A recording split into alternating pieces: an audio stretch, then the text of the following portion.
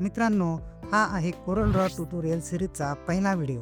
जर तुम्ही graphic designing करिता कोरल ड्रॉ हे सॉफ्टवेअर शिकण्यासाठी उत्सुक असाल तर ही सिरीज तुमच्यासाठी खूपच महत्त्वाची ठरणार आहे. तसेच जर तुम्ही ऑलरेडी कोरल ड्रॉ वापरत असाल तरीही या सिरीजमध्ये तुम्हाला भरपूर काही शिकायला मिळणार आहे.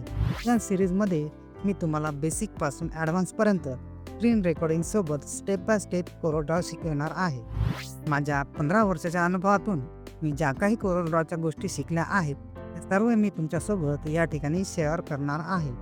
आणि मी तुम्हाला खात्री देतो की जर तुम्ही या सिरीजमधील सर्व व्हिडिओज स्किप न करता पूर्ण पाहिलेत तर कोरल ड्रॉ या सॉफ्टवेअरमध्ये तुम्ही कोणत्याही प्रकारच्या डिझाईन्स अगदी सहजपणे करू शकाल.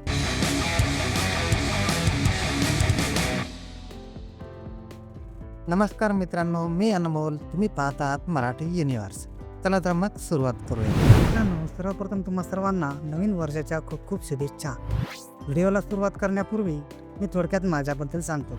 मी गेली 15 ते 16 वर्षापासून प्रोफेशनल ग्राफिक डिझायनर म्हणून काम करत आहे. या प्रवासात मी न्यूजपेपर, ॲड एजन्सी आणि आता स्वतःच्या प्रिंट शॉपमध्ये विविध प्रकारच्या डिझाईन्स तयार केल्या आहेत. इंस्टाग्राम, फेसबुक, यूट्यूब अशा सोशल मीडियावर सुद्धा मी नेहमी पोस्ट आणि व्हिडिओ शेअर करत असतो.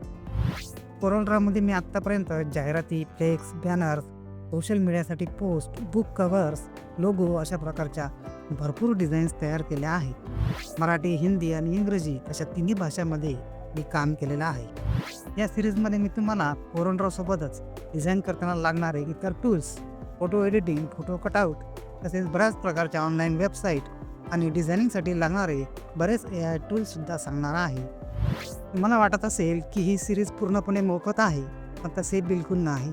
या सिरीजसाठी तुम्हाला मात्र थोडीशी फी भरावीच लागणार आहे. ती म्हणजे चॅनलला सबस्क्राईब आणि व्हिडिओला एक लाईक. चला तर मग ही फी भरू आणि व्हिडिओला सुरुवात करू. मित्रांनो, या पहिल्याच व्हिडिओमध्ये आपण पाहणार आहोत बेसिक टूल्स कशा पद्धतीने काम करतात. कलर पॅलेटबद्दल माहिती म्हणजे सोशल मीडिया डिझाईनसाठी कोणता पॅलेट यूज करायचा आणि पेंटिंगसाठी कोणता पॅलेट यूज करायचा. ज्या साईजमध्ये आपल्याला डिझाईन करायची आहे ती साईज कशा पद्धतीने घ्यायची आणि सोबतच आपण इंस्टाग्राम स्टोरीसाठी एक डिझाईन तयार करणार आहोत. तसेच आपण तयार केलेली डिझाईन सोशल मीडियावर पोस्ट करण्यासाठी कशा पद्धतीने एक्सपोर्ट करायची हे सुद्धा या व्हिडिओमध्ये मी तुम्हाला सांगणार आहे. चला तर मग पीसीच्या स्क्रीनवर जाऊ. मित्रांनो, आपण आलो आहोत कम्प्युटरच्या स्क्रीनवर. सर्वात आधी आपण कोरल ड्रॉ ओपन करू. आता कोरल ड्रॉ ओपन झालं आहे. यामध्ये कोणत्याही प्रकारची डिझाईन तयार करायची असेल तर आपल्याला एक नवीन फाईल तयार करावी लागते. नवीन फाईल तयार करण्यासाठी फाईल मेन्यूमध्ये जाऊन न्यू या ठिकाणी क्लिक करू आणि या ठिकाणी ओके करू. एक ब्लँक पेज आपल्यासमोर आला आहे. सर्वात आधी आपण या पेजवर एक इंस्टाग्रामच्या स्टोरीसाठी स्टेप बाय स्टेप डिझाईन तयार करणार आहोत आणि ती डिझाईन करत असताना लागणाऱ्या टूल्सबद्दल उपयोगसुद्धा पाहणार आहात. आणि डिझाईन तयार झाल्यानंतर आणलेल्या काही बेसिक टूलबद्दल मी सर्वात शेवटी सांगणार आहे. चला तर मग इंस्टाग्राम स्टोरी डिझाईन करायला आपण सुरुवात करू. सर्वात आधी आपण गुगलला जाऊन इंस्टाग्राम स्टोरीची साईज चेक करू. इंस्टाग्राम स्टोरीची साईज आहे 1080x9020 पिक्सेल. कोरल ड्रॉमध्ये येऊन वर असलेल्या युनिट या ठिकाणी पिक्सेल म्हणून सिलेक्ट करू. बॉक्स पान असलेला रेक्टँगल टूल घेऊन अंदाजे बॉक्स ड्रॉ करू आणि वर या ठिकाणी आपण ड्रॉ केलेल्या बॉक्सची साईज दिसत आहे. या ठिकाणी क्लिक करून आपण 1080x1920 टाकून एंटर. आता आपण ड्रॉ केलेल्या बॉक्सची साईज बरोबर इंस्टाग्रामच्या स्टोरीच्या साईजची झाली आहे. आता या बॉक्समध्येच आपण डिझाईन बनवणार आहोत. या डिझाईनसाठी मी एक मजकूर लिहिला आहे, तो या ठिकाणी आधी इम्पोर्ट करू. फाईलमध्ये जाऊन इम्पोर्ट हे ऑप्शन निवडू. त्यानंतर तो फोटो सिलेक्ट करू आणि पुन्हा इम्पोर्टवर क्लिक करू. आता बॉक्सप्रमाणेच ट्रॅक करून तो फोटो इथे प्लेस करू. आता आपण हा लिहिलेला मजकूर टाईप करण्यासाठी आयकॉन असलेला हा टेक्स्ट टूल घेऊ आणि जिथे आपल्याला टाईप करायचं आहे तिथे क्लिक करू आणि टाईप करायला सुरुवात करू.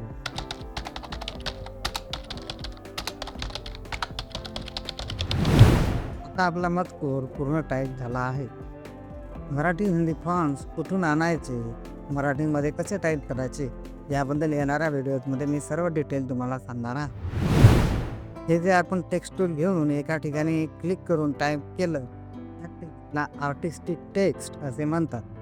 तिथला आपण सिलेक्ट करून या टेक्स्टला आपण सिलेक्ट करून कोणत्याही साईडने माऊसने ड्रॅग करून लहान मोठे करू शकतो. आता या टायटलला आपल्या मनाप्रमाणे डिझाईन करण्यासाठी आपण खाली 2 लाईन सिलेक्ट करून Ctrl+X करून कट करू आणि वेगळ्या ठिकाणी क्लिक करून Ctrl+V करून पेस्ट करू. आता हे 2 वेगवेगळे ऑब्जेक्ट तयार झाले आहेत. आता ज्या पहिल्या 2 आता हे सर्व शब्द सेंटरला घेण्यासाठी वर असलेल्या अलाइनमेंट या आयकॉनवर क्लिक करू आणि सेंटर हे ऑप्शन निवडू. आता हे सर्व शब्द सेंटरला घेण्यासाठी वर असलेल्या अलाइनमेंट या आयकॉनवर क्लिक करू आणि सेंटर हे ऑप्शन निवडू. या ठिकाणी सुद्धा शॉर्टकट आहे, त्याबद्दल मी येणाऱ्या व्हिडिओमध्ये सांगेल. याच ठिकाणी आपण लेफ्ट, राईट, सेंटर हे कोणतेही ऑप्शन निवडू शकतो. पण दुसऱ्या क्रमांकावर असलेला शेप टूल सिलेक्ट करू आणि टेक्स्टच्या डाव्या बाजूला दिसत असलेल्या या आयकॉनवर क्लिक करू माऊसने खालीवर ड्रॅग करून आपण या सर्व लाईन्समधील अंतर कमी जास्त करू शकतो. आता हे टायटल बॉक्सच्या सेंटरला घेण्यासाठी आधी हे टायटल सिलेक्ट करू, त्यानंतर शिफ्ट प्रेस करून खालील बॉक्स सुद्धा सिलेक्ट करू. आता आपल्या कीबोर्डवरील सी प्रेस करू. आता आपल्याला या टायटलमधील कोरल ड्रॉ हा शब्द हायलाईट करायचा आहे. त्यासाठी आपण तो सिलेक्ट करू आणि इथे क्लिक करून तो बोल्ड करू आणि या ठिकाणी साईजसुद्धा थोडी मोठी करू. पण जर आपल्याला फक्त कोरल ड्रॉ या शब्दाला आपल्या सोयीप्रमाणे ड्रॅग करून मोठे करायचे असेल तर हे एकाच हँगरमध्ये असलेले सर्व शब्द आपल्याला सेपरेट करावे लागतील. त्यासाठी मेनूमधील ऑब्जेक्टमध्ये जाऊन ब्रेक आर्टिस्टिक टेक्स्ट यावर क्लिक करू. आता ह्या सर्व लाईन्स वेगवेगळ्या झाल्या आहेत. यासाठी शॉर्टकटसुद्धा आहे, पण त्यासाठी एक स्पेशल व्हिडिओ मी सर्व शॉर्टकटकरिता बनवणार आहे. कोरल ड्रॉ हा शब्द आपल्याला खाली यायचा आहे. तो खाली येताना तो त्याच रेषेत खाली यावा, इकडे तिकडे जाऊ नये यासाठी त्याला खाली ड्रॅग करताना कंट्रोल प्रेस करून ड्रॅग करावं लागेल. आपल्याला हवं तसं सेट झाल्यानंतर या सर्व लाईन्सना आपण ग्रुप करू.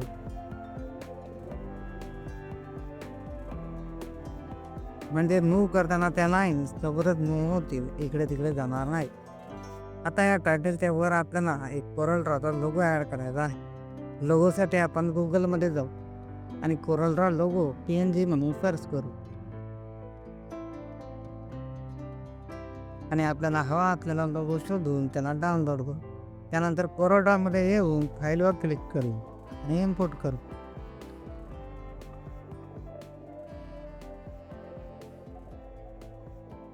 आणि तो मला टायटलच्या वर ठेवू. आता आपल्याला या डिझाईनच्या बॅकग्राऊंडला एक कलर द्यायचा आहे. फक्त कलर या लोगो म्हणून आपण घेऊ, तर तो कलर आपण या लोगोमधून घेऊ. लोगोमध्ये जो कलर सर्वात लाईट वाटत आहे तो आपण बॅकग्राऊंडला वापरू. त्या साईडने तिसरा कलर आयड्रॉपर टूल घेऊन आपल्याला हव्या त्या कलरवर क्लिक करू आणि आता खाली बघत्या मोकळ्या जागेत क्लिक कर. सर्वात वरचा ॲरो आयकॉन असलेला पिक टूल हा सर्वात जास्त यूज होणारा टूल आहे. कोरल ड्रॉमधील कोणतेही ऑब्जेक्ट सिलेक्ट करण्यासाठी, तसेच इकडे तिकडे मूव्ह करण्यासाठी, काही लहान मोठ्या करण्यासाठी व भरपूर प्रकारच्या वापरासाठी या पिक टूलचा उपयोग होतो, हे लक्षात ठेव. आपण आतापर्यंत तयार केलेल्या या डिझाईनला एक आउटलाईन दिसत आहे. ती जर नको असेल तर पिक टूल घेऊन लिल बॉक्स सिलेक्ट करू आणि कलर पॅलेटमध्ये सर्वात वरच्या या क्लोज आयकॉनवर राईट क्लिक करू. लगेच बॉक्सची आउटलाईन निघून जाईल. लक्षात ठेवा, क्लोज आयकॉनवर राईट क्लिक करायचे आहे. लेफ्ट क्लिक करा तर बॅकग्राऊंड कलर निघून जाईल. या ठिकाणी मला बॅकग्राऊंड थोडंसं डार्क वाटत आहे. जर त्याला लाईट करायचं असेल तर खाली ते बॅकग्राऊंड सिलेक्ट करू आणि राईट साईडला खाली असलेल्या बॅकग्राऊंडवर डबल क्लिक करू आणि इथे मधल्या आयकॉनवर क्लिक करू. खालीच पहिल्याच लाईन्समध्ये आपल्या बॅकग्राऊंडचे सेट तुम्हाला दिसतील. त्यापैकी आपल्याला जो योग्य वाटतो ते इथे निवडू आणि ओके करू. वरील टायटलला थोडंसं हायलाईट करण्यासाठी आपण रेक्टँगल टूल घेऊ. त्या प्रकारचा एक बॉक्स ड्रॉ करू आणि सर्वात वरील पिक टूल घेऊन सर्वात आधी पिक टूल घेऊन आधी तुम्हाला सांगितल्याप्रमाणे सुरुवातीला नुकताच काढलेला बॉक्स सिलेक्ट करू आणि नंतर शिफ्ट सोबत बॅकग्राऊंड सिलेक्ट करू आणि कीबोर्डवरील सी प्रेस करू, म्हणजे बॉक्स सेंटरला येईल. आता वरच्या साईडने दुसऱ्या क्रमांकाचा शिफ्टून घेऊ पण नुकत्याच ड्रॉ केलेल्या बॉक्सचे कॉर्नर राऊंडेड करू शकतो. आता या बॉक्सला कोरल ड्रॉच्या या लोगोमध्ये सर्वात डार्क असलेला कलर वापरू. त्यासाठी आधी सांगितल्याप्रमाणे खालच्या साईडने तिसऱ्या क्रमांकाचा कलर आयड्रॉप टूल घेऊ. जो कलर आपल्याला घ्यायचा आहे त्या कलरवर क्लिक करू आणि ज्या बॉक्सला किंवा ऑब्जेक्टला तो कलर द्यायचा आहे त्यावर मोकळ्या ठिकाणी क्लिक करू. बॅकग्राऊंड कलर दिल्यामुळे या बॉक्सच्या खाली टेक्स्ट आपल्याला दिसत नाही. या बॉक्सला सर्वात खाली किंवा सर्वात मागे घेण्यासाठी बॉक्स आधी सिलेक्ट करू. त्यानंतर वरील ऑब्जेक्ट मेनूमध्ये जाऊन ऑर्डर इथे क्लिक करू आणि टू बॅक ऑफ लेअर हे ऑप्शन निवडू. आता आपला बॉक्स सर्वात मागे गेला आहे. आता जे आपले बॅकग्राऊंड आहे ते सिलेक्ट करू आणि तशाच प्रकारे ऑब्जेक्टमध्ये जाऊन ऑर्डरवर क्लिक करू आणि टू बॅक ऑफ लेअर हे ऑप्शन सिलेक्ट करू. आपण शेवटी केलेल्या बॉक्सचा काही भाग बॅकग्राऊंडवर गेलेला आहे. तो भाग दिसू नये यासाठी आपण त्या बॉक्सला सिलेक्ट करू आणि ऑब्जेक्टमध्ये जाऊन पॉवर क्लिपवर क्लिक करू. या ठिकाणी प्लेस इनसाइड फ्रेम हे ऑप्शन निवडू. आता माऊसचा शेप ॲरो सारखा झाला आहे. आता बॅकग्राऊंडच्या मध्ये मोकळ्या जागेत क्लिक करू. आता तो बॉक्स पॉवर क्लिप या ऑप्शनमध्ये बॅकग्राऊंडच्या आतमध्ये गेला आहे. आता या बॉक्समध्ये जो मजकूर आहे त्याचा कलर आपण व्हाईट करणार आहोत. त्यासाठी तो मजकूर आधी आपण सिलेक्ट करू आणि कलर पॅलेटमध्ये जाऊन व्हाईट कलर निवडू. पण या ठिकाणी 2 पॅलेट दिसत आहे. आधी थोडंसं या 2 पॅलेटबद्दल ते मला सांगतो. मित्रांनो, सुरुवातीचा जो पॅलेट आहे तो CMYK कलर पॅलेट आहे, जो पेंटिंगच्या कामासाठी वापरतात. याबद्दल पुढे येणाऱ्या व्हिडिओजमध्ये मी सांगेल. म्हणून हा पॅलेट सध्या आपण रिमूव्ह करू. आता जो पॅलेट या ठिकाणी आहे तो RGB कलर पॅलेट आहे, जो इंटरनेटवरील आणि सर्व प्रकारच्या डिझाईनसाठी वापरला जातो. आता आपण टायटलसाठी व्हाईट कलर निवडू. आता कोरल ड्रॉ या शब्दाला आपण बॅकग्राऊंडचा कलर देऊ. खाली असलेल्या पॅलेटमध्ये आपल्या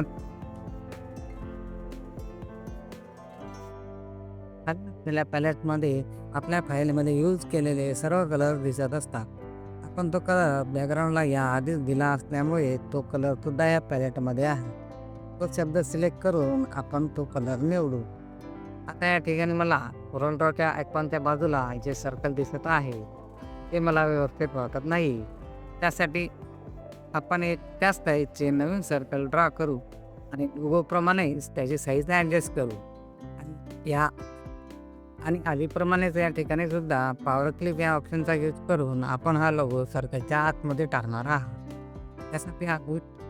त्यासाठी आधी लोगो सिलेक्ट करा. ऑब्जेक्ट मेनूमध्ये जाऊन पॉवर क्लिपवर क्लिक करा आणि प्लेस इनसाइड फ्रेम यावर क्लिक करा. आता आपण काढलेल्या सर्कलवर क्लिक करू. पॉवर क्लिपमध्ये लोगो सर्कलच्या आतमध्ये गेला आहे. पॉवर क्लिपमधील ऑब्जेक्ट सिलेक्ट करण्यासाठी अल्टर की प्रेस करून त्या ऑब्जेक्टवर क्लिक करू.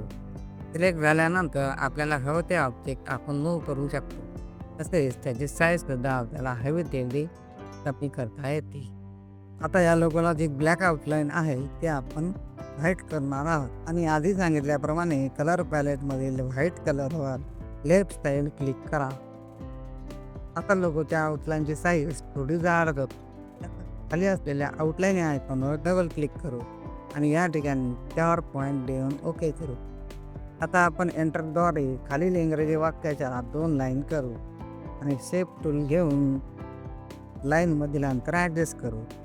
आता या तिन्ही लाईन्सला सेपरेट करण्यासाठी ऑब्जेक्ट मेनूमध्ये जाऊन ब्रेक करून 2 लाईनचा फॉन्ट चेंज करण्यासाठी सिलेक्ट करू आणि या ठिकाणी फॉन्ट निवडू. आता ह्या तिन्ही लाईन्स डिझाईनच्या सेंटरला घेण्यासाठी टॅप टिक टूलने सिलेक्ट करू आणि शिफ्टसोबत बॅकग्राऊंड सिलेक्ट करू आणि कीबोर्डवरील सी प्रेस करू. आता खाली आपल्याला काही लाईन्स टाईप करायच्या आहेत. एकापेक्षा जास्त लाईन्स असतील तर तो मजकूर टाईप करण्यासाठी टेक्स्ट टूल सिलेक्ट करून नेहमीसारखी नेहमीसारखे क्लिक न करता अशा प्रकारे पॅराग्राफसाठी बॉक्स ड्रॅग करू आणि टाईप करू.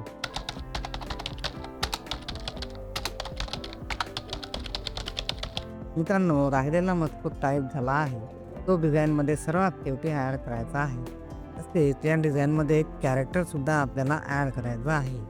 पण इथे आपल्याला थोडी जागा कमी पडत आहे. त्यासाठी आपण वरील टायटल थोडे लहान करू. टायटलच्या मागील बॉक्स हा पॉवर क्लिपमध्ये आहे आणि त्यावरील टेक्स्ट हे बाहेर आहे. हे जर लहान केले तर मागील बॉक्स लहान होणार नाहीत.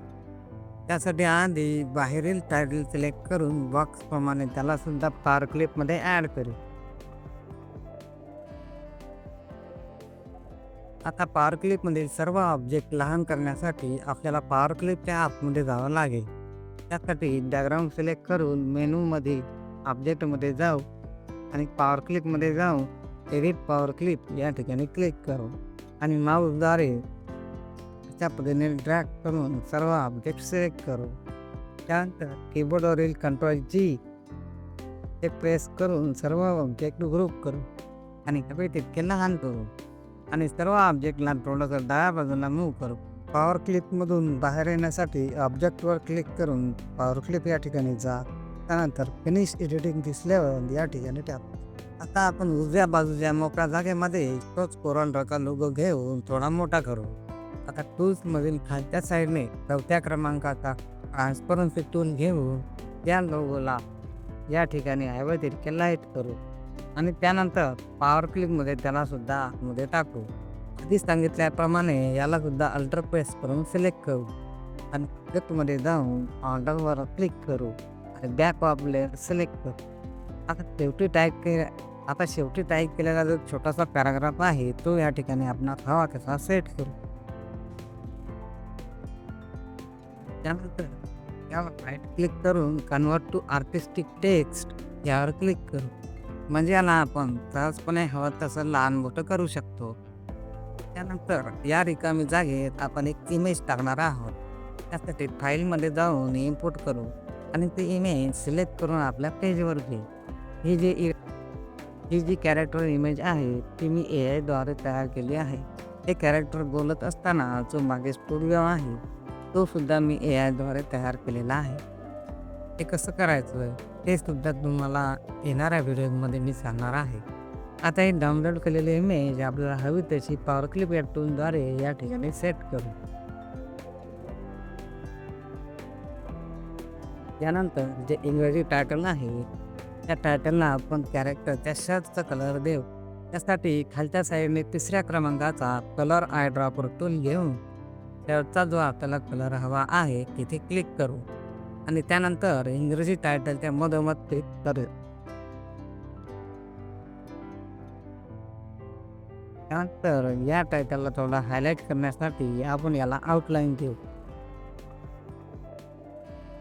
त्यासाठी खालील आउटलाईन आयकॉनवर डबल क्लिक करू आणि या ठिकाणी 8 पॉईंट घेऊ आणि खालच्या साईडला या ठिकाणी बिहाइंड फ्री आणि स्केल विथ ऑब्जेक्ट हे दोन्ही ऑप्शन इनेबल करू आणि मधल्या भागामध्ये जे ऑप्शन दिसत आहेत त्यापैकी वर आणि खाली दोन्ही ठिकाणी सेंट्रल असलेले हे ऑप्शन निवडू आणि ओके.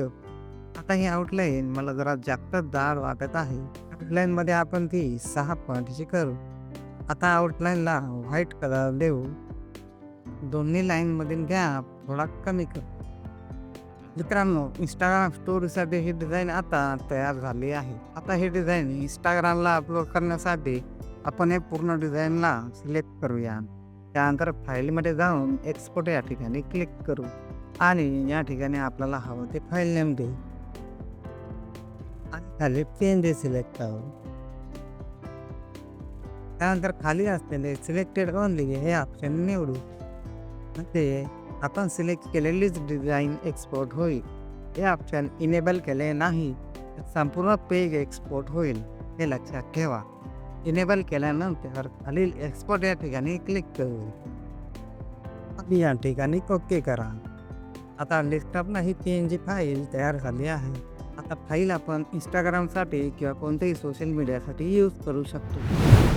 मित्रांनो, आपण डिझाईन तयार केली आहे आणि इंस्टाग्रामकरिता एक्सपोर्टसुद्धा केली आहे. हे करत असताना तुम्हाला बऱ्याच टूल्सची माहिती झाली असेल. आता मी इथे काही बेसिक टूलबद्दल थोडीशी तुम्हाला माहिती देतो.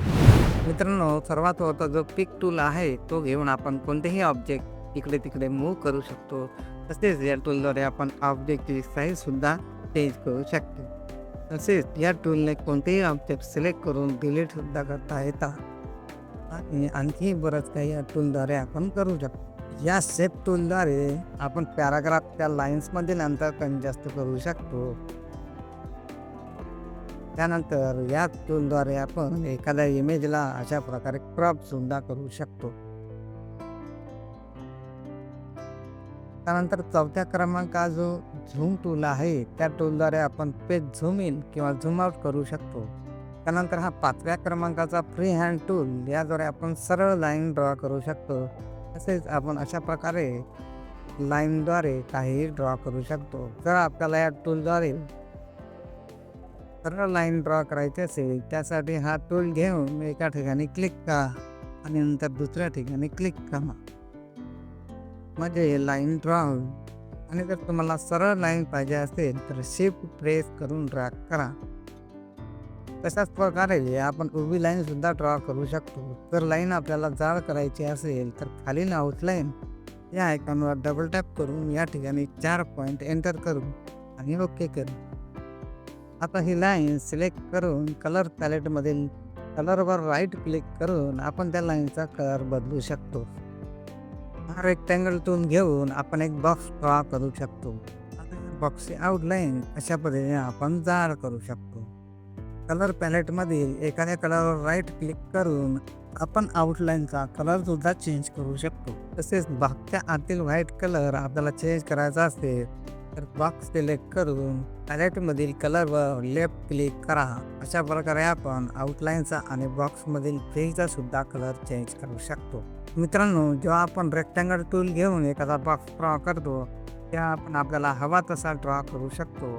स्क्वेअरमध्ये बॉक्स ड्रॉ करायचा असेल तर कंट्रोल प्रेस करून बॉक्स ड्रॉ करावा लागतो. तशाच प्रकारे सर्कलसुद्धा आपण ड्रॉ करू शकतो. आता राहिलेले जे टूल्स आहेत त्याबद्दल येणाऱ्या व्हिडिओमध्ये मी तुम्हाला डिटेलमध्ये सांगेन. आणि मित्रांनो, हा जो कलर पॅलेट आहे यामधील कलर हे बाय डिफॉल्ट आहे.